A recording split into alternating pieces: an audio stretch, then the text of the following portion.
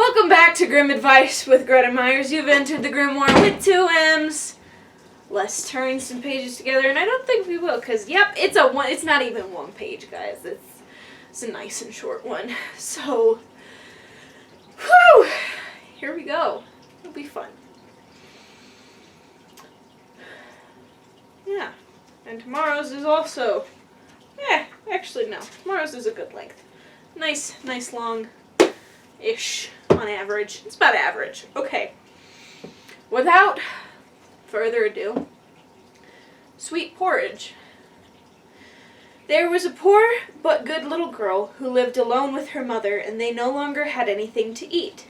So the child went into the forest, and there was an aged woman, an aged woman met her, who was aware of her sorrow, and presented her with a little pot, which then she said, "Cook, little pot, cook," which cooked good, sweet porridge, and would cook good, sweet porridge, and when she said, "Stop, little pot," it ceased to cook. The girl took the pot home to her mother, and now they were freed from their poverty and hunger, and eat sweet porridge as often as they chose. Once on a time, when the girl had gone out, her mother said, "Cook, little pot, cook." And it did cook, and she ate till she was satisfied. And then she wanted the pot to stop cooking, but did not know the word. So it went on cooking, and the porridge rose over the edge. And still it cooked on until the kitchen and the whole house was full, and then the next house, and then the whole street, just as if it wanted to satisfy the hunger of the whole world. And there was the greatest distress, but no one knew how to stop it. At last, when only one single house remained, the child came home and just said, "Stop, little pot," and it stopped and gave up cooking, and whoever wished to return to the town had to eat his way back. First off, that reminds me of the one, what's it called? Stregonona, I think. Yeah, I think that's what it's called.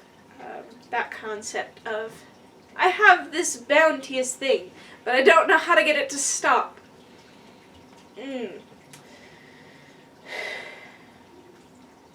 Okay. First off, food is important. And I know a lot of us are like, it takes time and effort, and it's a lot of money to eat. You need to eat. Food is important. Look at you. And then back at me. Because it's true. You need to just eat something. Eat what you can. I know it's not easy. It's not easy sometimes. But you still need to do it. Okay.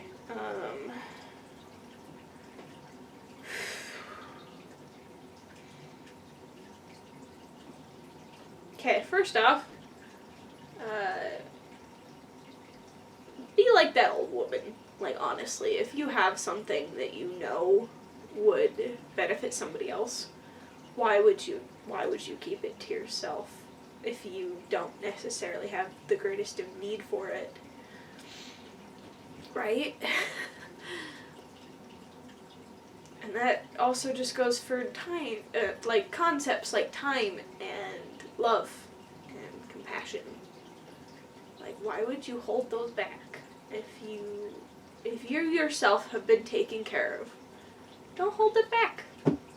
Unless, like, it's an emergency or someone's being, like, really weird and you're like, yeah. Safety and take care of yourself first, but then, like, if you have extra, by all means, please. Alright. So what's coming to my mind? Might be a hard pill for some of us to swallow. Okay. There are a lot of things in this world that don't run out. For example, this magic pot of porridge. And sometimes, let's, for example, say that this pot of porridge represents somebody's love and kindness and compassion, or just time and attention, even. And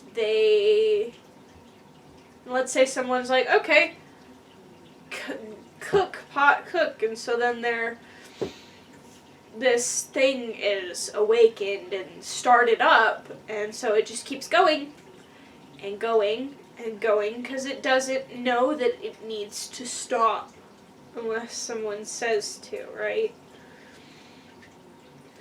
Which is a hard concept, and I'm not saying, this isn't a perfect analogy by any means. I'm not saying that it is not that person's responsibility to try and, figure out what needs to be given and what needs to, just chill the heck out for a minute. However, how is that person supposed to know if you're like, really, honestly, you might think that it's hard to tell this person, hey, I need a break. I need you to chill, please. And as long as you do it nicely, that's exactly what you need to do. Because sometimes that person has no idea that you need a break. Or would like them to take it back a little bit. Or, just has no idea. They're not being malicious at all, or trying to be clingy, or attention needy, or whatever the word may be.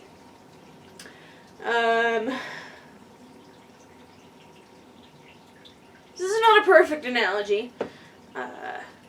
And by all means, absolutely, always be like, so, if you're the pot, be like, so do you want me to stop now? Don't ask it, all the time, because that's also something that could be hard. But occasionally be like, hey, are we still good? Do you still want more sweet porridge from me?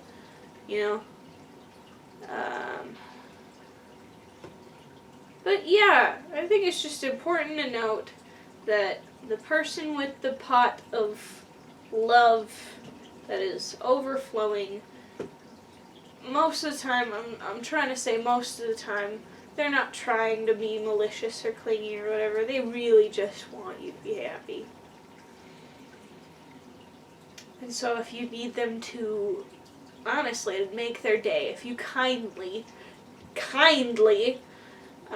gently was like, hey, I appreciate all you've been doing for me, and I think I need just a day or two of space or whatever it is you need.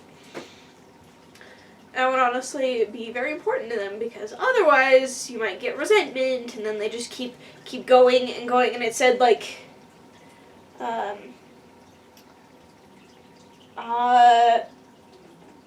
just as if it wanted to satisfy the hunger of the whole world.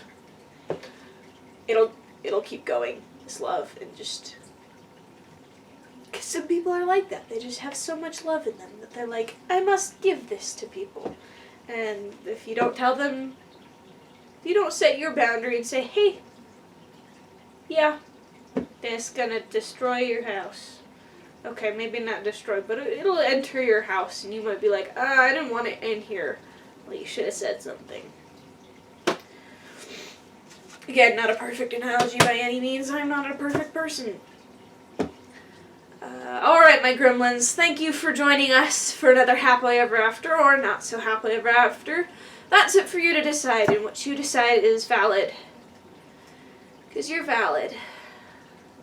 You are.